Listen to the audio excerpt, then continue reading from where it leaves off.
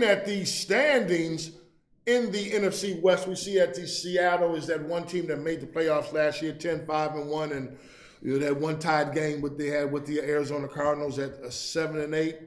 LA Rams 4-12, and the 49ers were bringing up the bottom. But let's start talking about the Arizona Cardinals. I need to talk about the Arizona Cardinals first because my buddy here, he has Arizona Cardinal watch, the shirt, the underwear. He has everything about the Arizona Cardinals. Much expected of this team, but they seem to be one of those kind of letdown squads. I thought you weren't going to say that. Oh, no. No, we seem to... a lot of promise to show at the start, and it seems to crumble towards the end, unfortunately. So my hopes do go. But on a sort of proper note, from the outside looking in, there is a lot of promise. It's just important now we do sort of carry it through. I do fear that we have this sort of mentality block though when we get like on the road for if we do hit the playoffs. I do feel that just like, yes, we got out of the division, we got to the playoffs, and it's like that was the major point, and then after that, it's like, well, what do we do? And it just sort of crumbles. We don't really look to the end picture. So I'm hoping the mentality part of it is there. And, there are big key players sitting in the Cardinals with the Honey Badger there, Tyrann Matthews, Peterson, obviously sitting in. And Larry himself, he'd be deserving to have a Super Bowl ring. It's probably a little bit stretched for us at the moment. But you still don't have that quarterback, that consistent quarterback. Carson Palmer, sink or swim. That's what their organization is going to be about with Carson Palmer. Well, since I don't think I've seen anyone confident in that position since we had Kurt Warner, in all honesty. And it comes to, well, who do you put in? It seems to be every division we go to, people, well, what do we do about our quarterback? Well, you can get rid of him, then what? So what do you do? And countless times we have a lot of rookies have come in and they're just not ready. We've just had them there as pure backup, and they crumble when Carlson's knees go, which I envision will probably happen again at some point. You mentioned a lot of quality players that they have with the Arizona Cardinals, but I mean, one guy he didn't mention was David Johnson, and this is a guy that does it all from all angles on that running back position. Yeah, he certainly does, but you've got to look at the depth behind David Johnson. There isn't a lot of depth there, and going back to the Carson Palmer thing, he's got dodgy knees because he's got a dodgy line. They're the second worst pass blocking unit in the league, and that's saying something for a team, perennially in a weak division. You play the San Francisco 49ers twice, you play the Rams twice, they're still rebuilding. You look at the schedule this year, you've got the Colts early, you've got the Jaguars at home, you've got Tampa at home. There's 7 wins there straight away you can reel off. So why aren't they making that next level? They're fiddling around on the offensive line for me. I mean, they're moving Jared Veldier to right tackle, I believe, this year. That may help, but they haven't got the offensive line in place that I think since forever really. The D line is also a bit of a concern going forward. I mean, how are they going to stop the run without Calais Campbell? Yeah, that's a big concern. It's a massive thing for me. But outside linebacker Marcus Golden, great player. I think he's going to have another big year. It's a difficult one with Arizona because they're in a soft division. You look at Seattle; they're aging. They've got problems on the offensive line. Okay, you say it's soft division, but are they good enough to jump over Seattle? Because that's what it's all about for them. Looking at the schedule, yes, they are. Yeah, I think they can. I think Seattle's in a bit of a transition phase at the moment. You want to talk about Seattle? Sure, why not? Let's talk Seattle. Age has become. There's a lot of players reaching nearly 30 or just over 30. There's a lot of contracts coming up for renewals. They allowed 42 sacks last year. 42 sacks. When bearing in mind Russell Wilson is one of the most mobile quarterbacks going, they still allowed an awful lot of sacks. They've also lost the left tackle George Fant for an injury this year to start with. That's not good.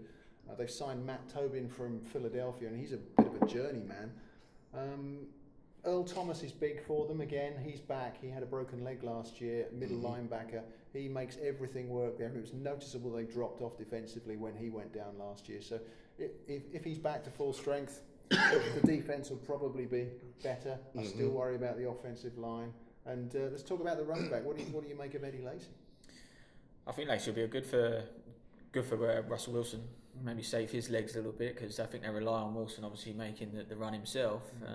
So I think he'll be a good sort of, not backup as such, but someone that is another weapon for them to go, right, we've got to think about 2 sets of legs now. My actual concern with the Seahawks is Russell Sherman. I think Richard Sherman. Sorry. His mentality sometimes really has an effect on the team. I think sometimes he gets involved so much, and I get the attitude of a cornerback. I get it, I really do. But sometimes when you see, I've seen it in certainly last season, he's got involved in so much that it kind of does distract what's actually going on around the team. And we talked about like Aaron Rodgers and getting everyone to focus again, having that distraction, I think plays a part in Seattle sometimes. Almost. I can almost agree with you on that because of something that was said over here. He talks about this being an old team. And see, if you got a young team, then you have a guy like Richard Sherman, I think that can have an effect on your team. Where, you got Aaron Rodgers with a young team, you need that positive thing coming through. But Richard Sherman, I mean, that's one thing for me about that whole organization is that this is a say what you want to say organization that Pete Carroll and the rest of them allow, but that must work for them. With with Pete, they've got because leaders. They've got a lot of leaders. I mean, you look at the coaching job he's done. I mean, they've been to the playoffs 6 of the last 7 years. They've been to Super Bowls, and going back to their offensive line. I mean, it may not be as bad as I first envisioned. I mean, I'm forgetting they've signed Luke Jokel as well from the Jaguars, and he adds a veteran presence in there, and he's a very high first round pick as well. So it may not be totally falter on the offensive line, but they've still got to shore it up. And they've still got. So you said Luke Joke L. Here's a guy. How many teams has he been with? From being one of the top guys that come out. You don't pay $9 million for a 1-year contract if you're not expecting big things, Kev. Yeah, well, yeah. I mean, they've been paying Luke. Luke has been. He's been beating him. He's reading his agent. We've got to get his agent. Luke has been beating him for a long time now. But you talk about the Super Bowl window. Being closed or getting shorter and shorter with this team. It's a veteran team, though. I mean, it's a veteran team. It's been there. It's done it. You look at Arizona. Can they make the jump above it? I agree totally with what you're saying, Sam, about that they just haven't made that jump. They don't believe that they can do it. Pete Carroll's legacy, yes, he's won a Super Bowl. His legacy is going to be the fact that he didn't hand the ball, didn't give the ball to Marshawn Lynch on the goal line. And that's unfortunately how it's going to play out. And the other factor there, of course, is the crowd. Yeah, no question about the crowd. The 6 man there with that squad. Yeah, it's impressive. I think even and so you lost half the crowd then, Kev? No, they haven't lost half the crowd. It's the 12th man. It's the 12th man. What I call the 6th man? Yeah, they did lose half. That's one side of the stadium. maybe the crowd was aging as well. That's that's probably what's happened. But no, I think they obviously having that sort of support, that will get you places and that extra yardage sometimes if you've got that behind you. But also that intimidation factor for the opposition. If you're the home team and you're used to it, certain things that you get comfortable with. But if you're the opposition, you're coming in and you get so many teams that would do this before. We have a loudspeaker on, we have crowd noise coming in. They try all these different things that, they really can't plan the way they want to plan because they have so many other peripheral things that you worry about when you go to play Seattle. But it's important. We know home games. Yep. You realistically, I'm not saying you're guaranteed to win those, but you should be winning them. When you look at your schedule, you're going, right, we need to pick up home wins. We know how important it is when you travel. Do they get to take that crowd with them? No. So it's going to be important now that they obviously take that form when they go and visit teams. Hey, thanks for watching SportsHeads. Don't forget, you can subscribe to us on YouTube, but you can also hit us on Twitter, Instagram. We would love to hear from you. We're trying to take the program from next level to next level to next level. Enjoy.